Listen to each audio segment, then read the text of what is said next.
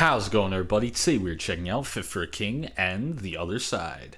Now, I'm not really sure where this is going to go because their last track, Reaper, which is the other single that came out for this upcoming album, was definitely a lot heavier, and I'm glad to see that Fit for a King still has their heavier side because I feel like their last album didn't really hone in on that very much, or at least as much as some of their other albums have.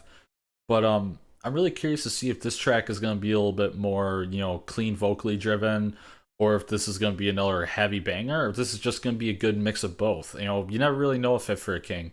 But yeah, let's get right into it. The other side.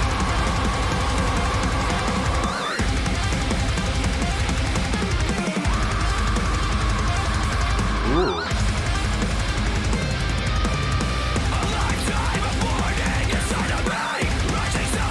The drums.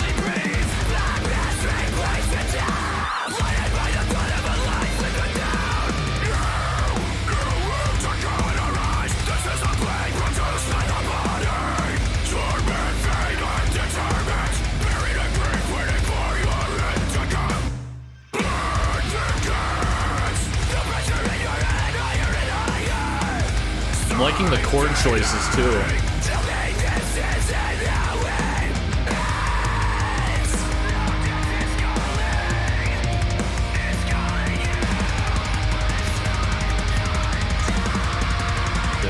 Will you stay with me? With darkness all around us, there's nowhere left to hide. Will you stay with me? Sing it. I can't do this without you. I don't think I'll survive. The other side. Yeah. Now that's the chorus.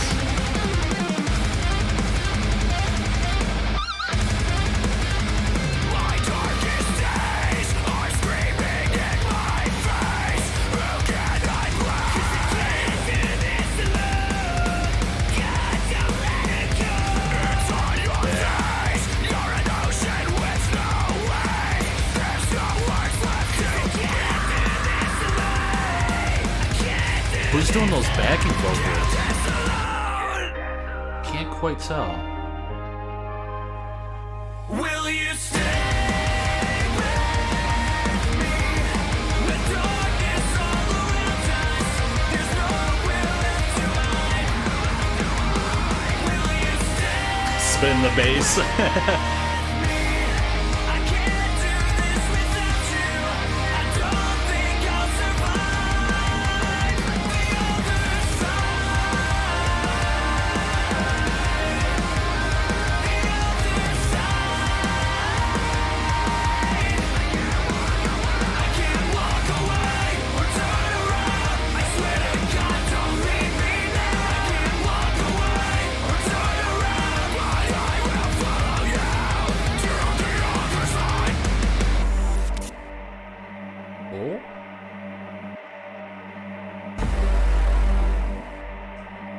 Okay.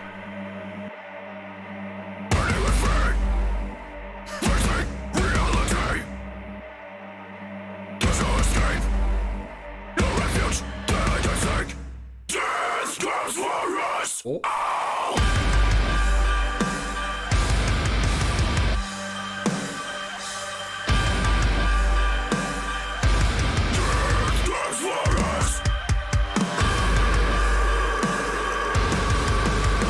Oh, that's weird.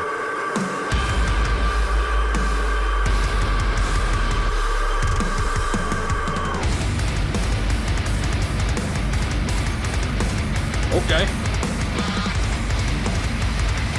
Chug Central. So, Fit for a King and The Other Side. Yeah, that was a really well-balanced track overall. I guess let's start with like the chorus. Ryan Kirby always kills it on choruses. He has that way of delivering such a deep and emotional chorus. Obviously with everyone in back, keeping their stuff going, guitars, drums, bass, all that. But his vocals always shine for me. I feel like in the metalcore scene, he has some of the most recognizable vocals, most consistent. He's a very consistent vocalist. Um, but also the fact that he can switch to his like just deathcore lows is just so nice because you get these juxtapositions where he's killing you with kindness and then he's killing you with just well, I mean he's killing you. He's like that's just what they do in Fit for a King. Yeah, they have both sides, both edges of the same coin. Um, I am not the greatest at analogies, by the way. I don't know if you noticed, but we're just gonna go with it. But yeah, the lead guitar, as always, really solid. It had that old school metalcore sound along with the drumming, like in the beginning of the track. Which, funny enough, it did give me some Phineas vibes, or Phineas, one of the two. It gave me Phineas vibes because they also have that really like old school metalcore sound brought into a more modern setting and with like modern production and I guess some other contemporary things added in, but for the most part it's got that older metalcore sound, which it does help that the guitarist Daniel plays for both Fit for a King and Phineas, so crazy how that works, right? Yeah, connecting the dots. But yeah, so I definitely got those Phineas vibes from this track. But that breakdown, I that was interesting. I mean, like the beginning, it had like these weird kind of electronic overtones kind of going. I was like, what is that? I couldn't really figure out what it was. I knew it was something in kind of like in post or like electronic, but I was like, what's that like higher pitched noise? But anyway, against that, and then obviously they have to end it with chugs. Like if you're not ending the song with chugs, it's not Fit for a King. Like come on, you know the drill, people. But I, I love me some good Fit for a King chugs. They know what they're doing. They know what the crowd likes. That's just what it is. And that's another thing I kind of want to talk about with Fit for a King, like as a whole. Um, they're really good at just they have a sound, they've stuck with it for so many years. I mean, for the most part, I guess you could say the path was kind of a bit of a stray away from that sound a little bit. They went into different directions, but for the most part they've always had this like nice metalcore riffage, deep and emotional chorus, back to your metalcore riffage.